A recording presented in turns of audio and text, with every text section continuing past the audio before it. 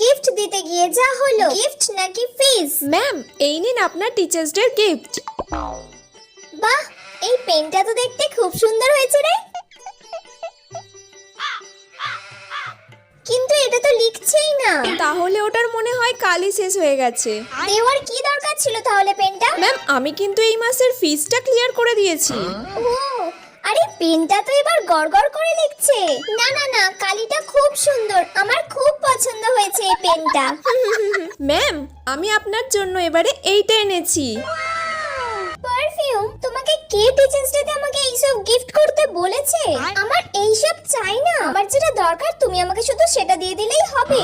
তুমি আমার ফিসটা মাসে মাসে দেওয়ার চেষ্টা করো। হ্যাঁ ম্যাম, মনে হয় 2 মাসের ক্লিয়ার নেই। 2 মাস?